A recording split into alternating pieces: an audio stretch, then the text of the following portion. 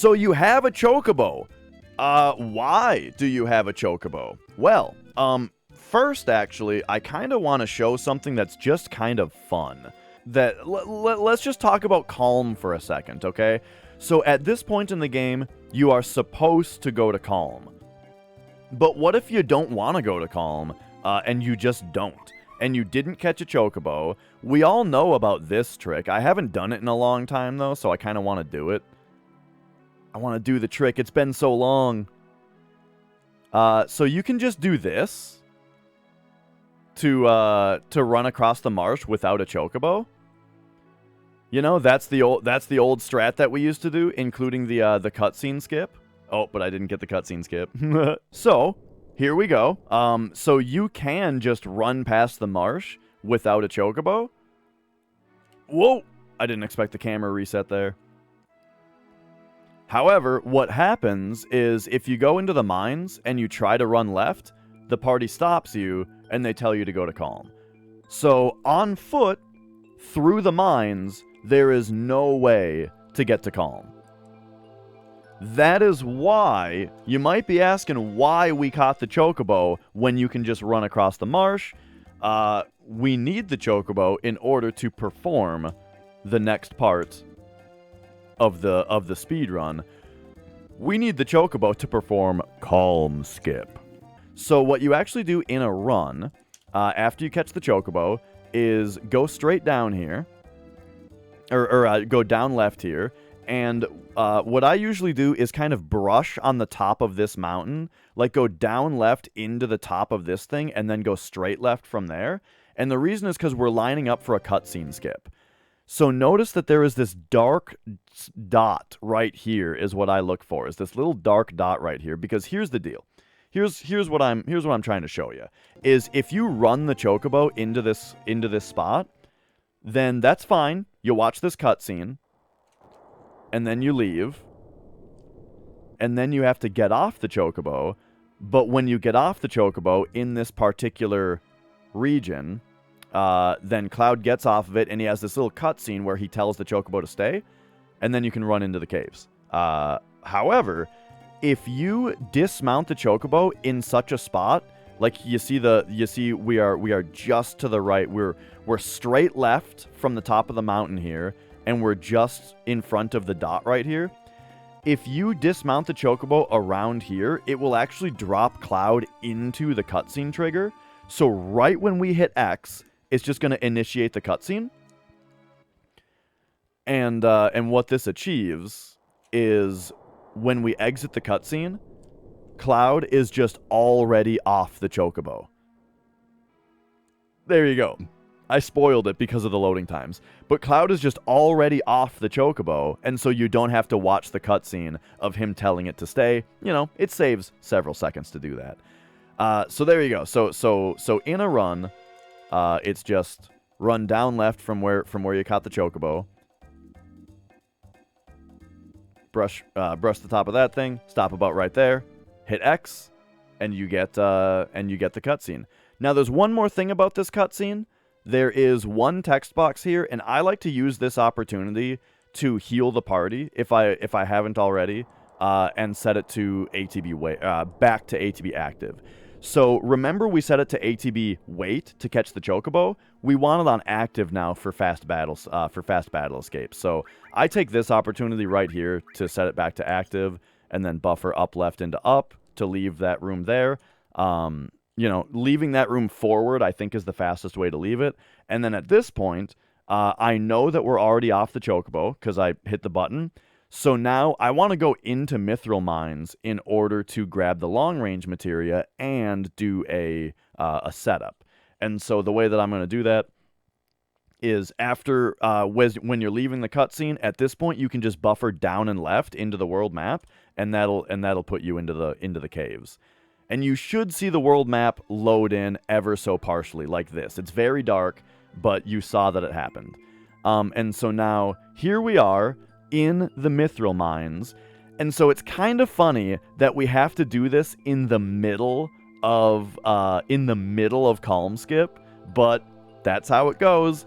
In the middle of all of our Calm Skip stuff, we have to do the Pre-Emptive Jenova setup. So to show it on its own, what we're actually achieving while we're in here, I am going to, first of all, make a quick save state, and then we're going to bring our danger down to 0 and freeze it, so that we can show what we actually come in here for is for two things. The first is to come up here, and then if you climb this vine, there is the long-range materia up here, and the long-range materia is super, super important for speedrunning, because it allows a character in the back row to do max damage with regular physical attacks.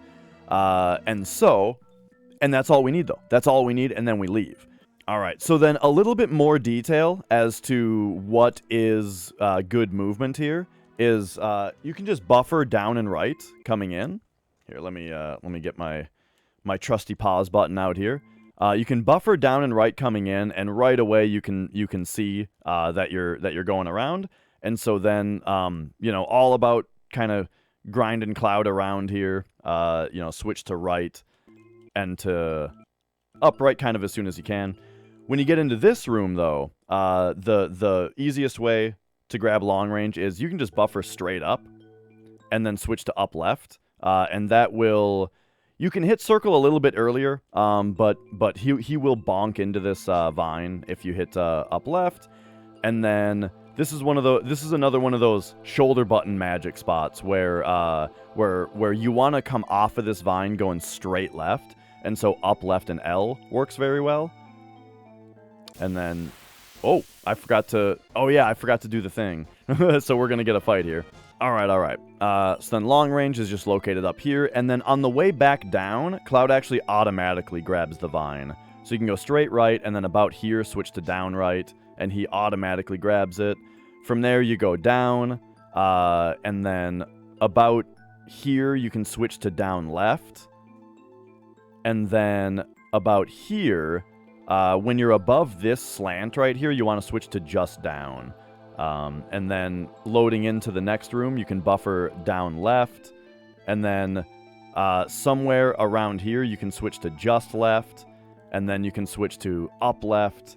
And then somewhere around here for optimal movement, you can switch to just up to kind of get around. So you've made it to Mithril Mines in a run.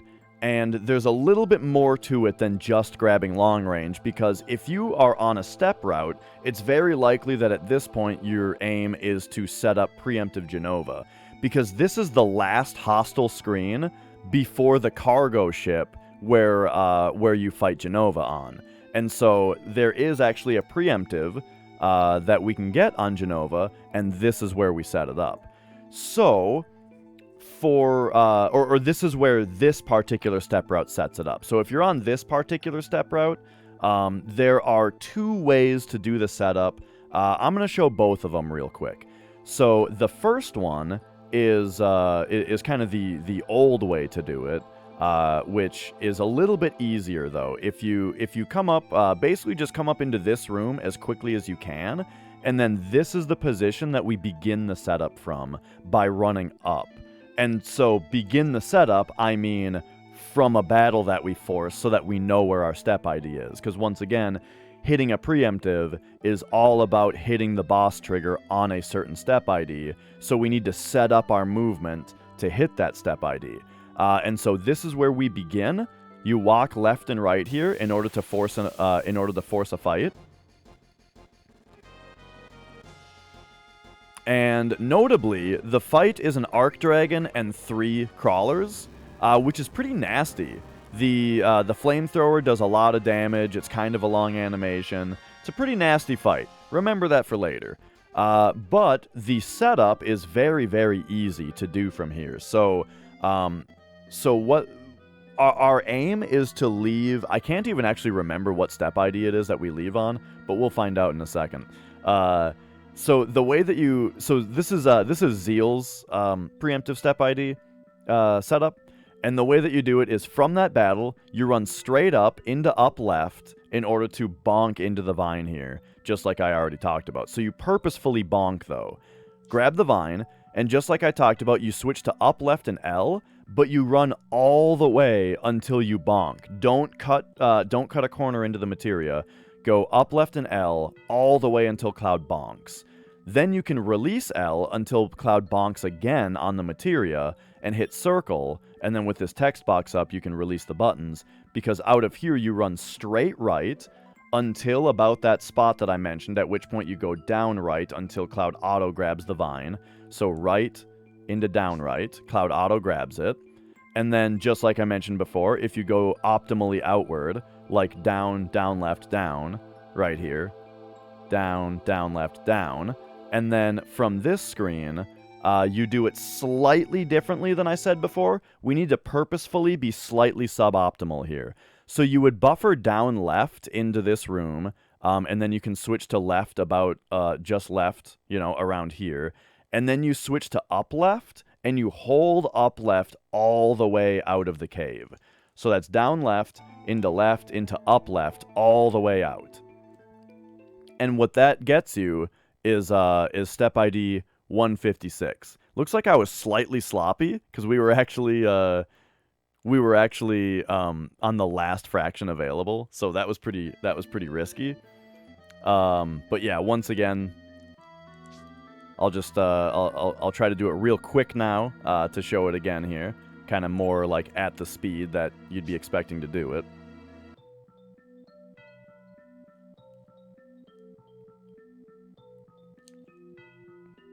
Just like that. Once again, I'm on the very last fraction, so I must be doing something kind of weird and sketchy there. But that actually doesn't super matter, because that's kind of not how we do it anymore. So we're gonna do a very similar setup nowadays, but if we were to get the fight instead of on the next screen, if we were to get the fight on this screen, it's actually a better formation that you can run away from more quickly, and it's less dangerous. But it makes the setup generally a little sketchier. What I do for it, though, is if you see this one darker rock here, darker part of the floor, I stand just above it and force the encounter right there. So run up like this to about right here, and force the encounter right here just by spinning in a little circle. And then you'll notice the formation is way, way, way nicer here. It's just two of these guys. Generally, it's a faster escape. That wasn't the good escape, but generally it's a faster escape, and you don't get flamethrowered. And then from there, you run upright into the next room, and you sort of do the next part of the setup the same. So you run upright out of there, and then up here into bonking into the vine, over here into bonk bonk, over here to auto grab the vine, leave here optimally. But then here, instead of going up left all the way out like I talked about before, we do the very first optimal movement I talked about going directly up out of here. And so what this ends up getting you is a step ID of 160. And that was actually a lot nicer. A fraction of 128 means we were right in the middle, because like I was saying before, these preemptive setups aren't an exact frame perfect thing. You just need to leave on the right step ID, meaning if your setup gets you in the middle, that's pretty nice, because that means you could have been 3 frames earlier or 3 frames later, and you still would have been fine. So yeah, step ID 160 is what you leave on if you did that version of the setup. And once again, like I was saying about everything, is that we have the luxury of looking at RAM values for practice, which is why I highly recommend practicing using BizHawk and using RAM Watch, so that you can verify that you're doing things correctly. But in an actual run, your only indication is, okay, I got this battle, it's what I expected, and so this is where we start. So you know that you started in the right spot, and then you just have to trust that your execution is good here, that your execution is what you practiced, in order to trust that you're going to get the preemptive.